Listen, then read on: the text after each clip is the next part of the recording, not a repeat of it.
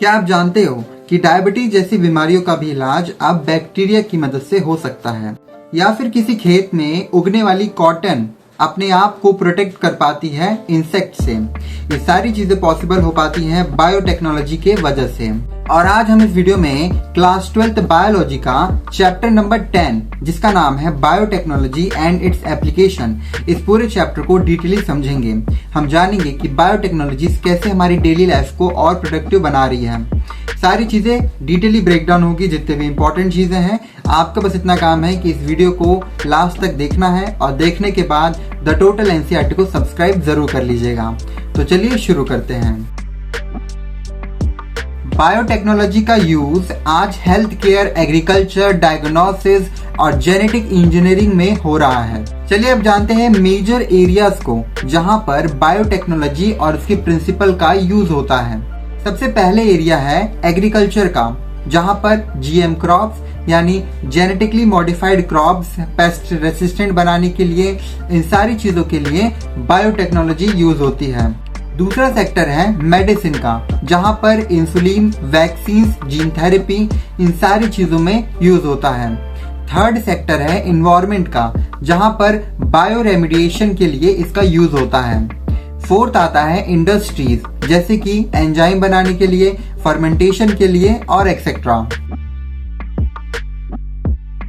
चलिए अब जानते हैं जेनेटिकली मॉडिफाइड ऑर्गेनिज्म यानी कि जीएमओज के बारे में।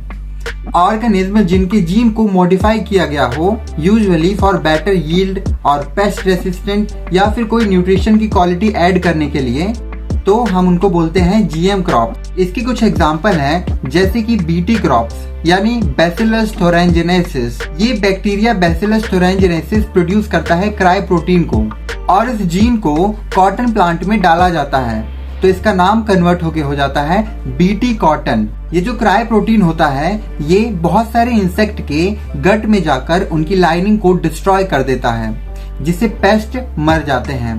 इसलिए अगर कॉटन प्लांट को हमको पेस्ट रेसिस्टेंट बनाना है तो हम उसमें क्राई जीन को इंट्रोड्यूस करवाते हैं। थर्ड एग्जांपल है पेस्ट रेसिस्टेंट और हेर्बिसाइड टॉलरेंस और स्ट्रेस टॉलरेंस। क्रॉप्स को ऐसे डिजाइन किया जाता है कि वो ड्रॉट, सैलिनिटी या इंसेक्ट को झेल सके। जेनेटिकली मॉडिफाइड राइस, जिसमें बीटा कैरोटीन होता है, बॉडी में कन्वर्ट होता है विटामिन ए में। ये चीजें ज्यादातर उनको दी जाती है जिनको विटामिन ए की कमी होती है। अब हम बात करते हैं जेनेटिकली इंजीनियर्ड इंसुलिन के बारे में। तो इसमें हमको जानना है कि सबसे पहले हम इंसुलिन को एक्सट्रैक्ट करते थे एनिमल्स के थ्रू। तो जब भी हम ये काम करते थे तो वहाँ पर एलर्जी के चांसेस बहुत थे। और फिर आई बायोटेक्नोलॉजी। बायोटेक्नोलॉजी ने ह्यूमन इंसुलिन को जेनेटिकली बैक्टीरिया से बनवाना शुरू किया। इसके कुछ स्टेप्स थे।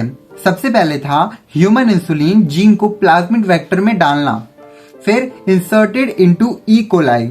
उसके बाद बैक्टीरिया इंसुलिन बनाता है, बिल्कुल ह्यूमन इंसुलिन जैसे। एनसीईआरटी में ये बहुत इंपॉर्टेंट लाइन दी गई है कि जो ह्यूमन इंसुलिन होता है उसके चेन ए में 21 अमीनो एसिड्स होते हैं और चेन बी में 30 अमीनो एसिड्स प्रेजेंट होते हैं। ये दोनों कनेक्टेड होते हैं बाय डाइसल्फाइड ब्रिजेस। यहाँ पर फॉल्टी जीन को रिप्लेस करना विद करेक्ट जीन, यहाँ पर जीन थेरेपी का यही काम है। एग्जाम्पल ADA यानी ये डेफिशिएंसी है। अगर हम इसको एक्सपेंड करें तो इसका नाम होगा एडिनोसिन डायमनाइज डेफिशिएंसी। ये लीड करता है टू SCID। इसके लिए थेरेपी होता है कि पेशेंट के WBC को आइसोलेट करना है पहले, यानी ADA जीन डालो पहले, फिर वापस बॉडी में इंजेक्ट करो और स्टेम सेल मॉडिफाई करके परमानेंटली ADA जीन इंसर्ट करो। ट्रेडिशनल मेथड लेट डिटेक्ट करते हैं। अब आई है PCR यानी कि पॉलीमराइज चेन रिएक्शन। ये डीएनए के छोटे सीक्वेंस को एम्पलीफाई करने का काम करती है। जेनेटिक डिसऑर्डर, कैंसर, HIV इन सब को डिटेक्ट करने में काफी ज्यादा हेल्प होती है PCR के थ्रू। एनसीईआरटी में कुछ लाइन मेंशन है, जैसे कि एलिसा टेस्ट। एलिसा टेस्ट का मतलब होता है ये डिटेक्ट करता है एंटीजन और एंटीबॉडीज को। अब पीसीआर ये डिटेक्ट करता है presence of pathogen at early stages. Recombinant vaccine का एग्जांपल है हेपेटाइटिस बी वैक्सीन। ये बनाई गई थी यीस्ट के जेनेटिक मॉडिफिकेशन से। ये सेफर भी है और more effective than conventional vaccine. Transgenic animals का मतलब एनिमल्स जिनका फॉरेन डीएनए मॉडिफाई किया गया हो। अब हम जानते हैं कि ट्रांसजेनिक एनिमल का यूज क्या क्या होता है। ये हेल्प करता है स्टडी ऑफ डिसीज के बारे में, हाउ ह्यूमन डिसीज वर्क्स, ठीक है। दूसरा आता है biological products like alpha 1 antitrypsin for emphysema. तीसरा आता है वैक्सीन सेफ्टी टेस्टिंग और ऑर्गन ट्रांसप्लांट रिसर्च में, जिसको जीनो ट्रांसप्लांटेशन भी बोलते हैं। एनसीईआरटी में एग्जाम्पल दिया हुआ है कि सबसे पहले ट्रांसजेनिक काऊ का नाम था रोजी।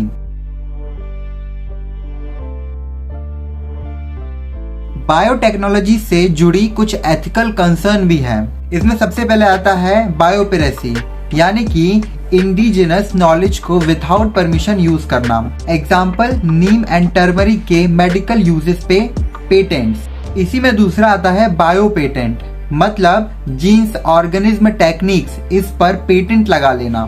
डेवलपिंग कंट्रीज के लिए ये चैलेंज बन गया है। तो हमने अभी तक ये समझ लिया कि जो बायोटेक्नोलॉजी होती है वो साइंस में, फार्मिंग में, हर जगह एक नई क्रांति लेकर आई है।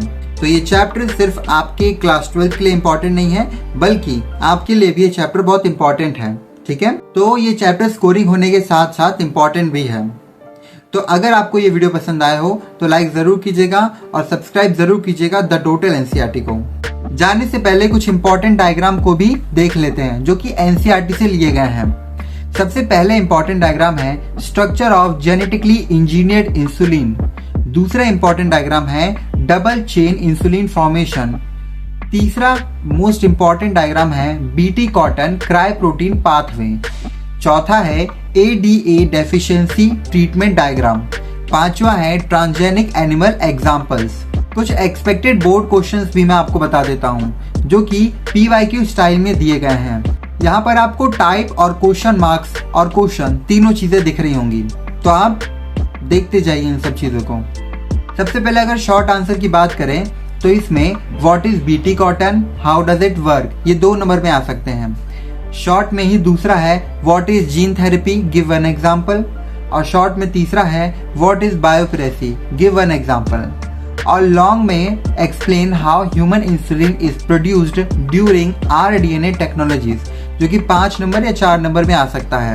तो अभी तक हमने इस पूरे चैप्टर को अच्छी तरीके से समझ भी लिया है और इम्पोर्टेंट चीजों को भी देख लिया है इम्पोर्टेंट क्वेश्चंस के साथ, ठीक है।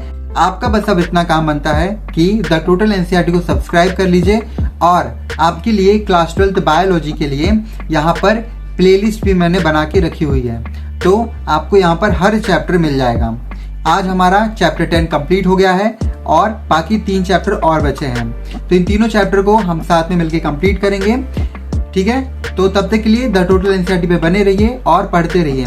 आप द टोटल एनसीईआरटी के चैनल विजिट कर लीजिए, वहां पर आपको प्लेलिस्ट सेक्शन में क्लास 12 बायोलॉजी में सारे इंपॉर्टेंट वीडियोस मिल जाएंगे जो कि क्लास 12 बायोलॉजी के हैं, ठीक है। सारे वीडियोस को हमने एक प्लेलिस्ट में रखा हुआ है, तो आप जाइए चेकआउट कीजिए और जाने से पहले द टोटल एनसीईआरटी को सब्सक्राइब कर लीजिएगा। मैं आपसे मिलता हूँ अगले वीडियो में एक और नेक्स्ट चैप्टर के साथ। हमारा नेक्स्ट वीडियो होने वाला है ऑर्गेनिज्म एंड पॉपुलेशन चैप्टर के बारे में, ठीक है। तो कल आपको ये वीडियो मिलेगी, तो मैं आपसे मिलता हूँ अगले वीडियो में। तब तक के लिए आप वेट कीजिए कल के नेक्स्ट वीडियो के लिए।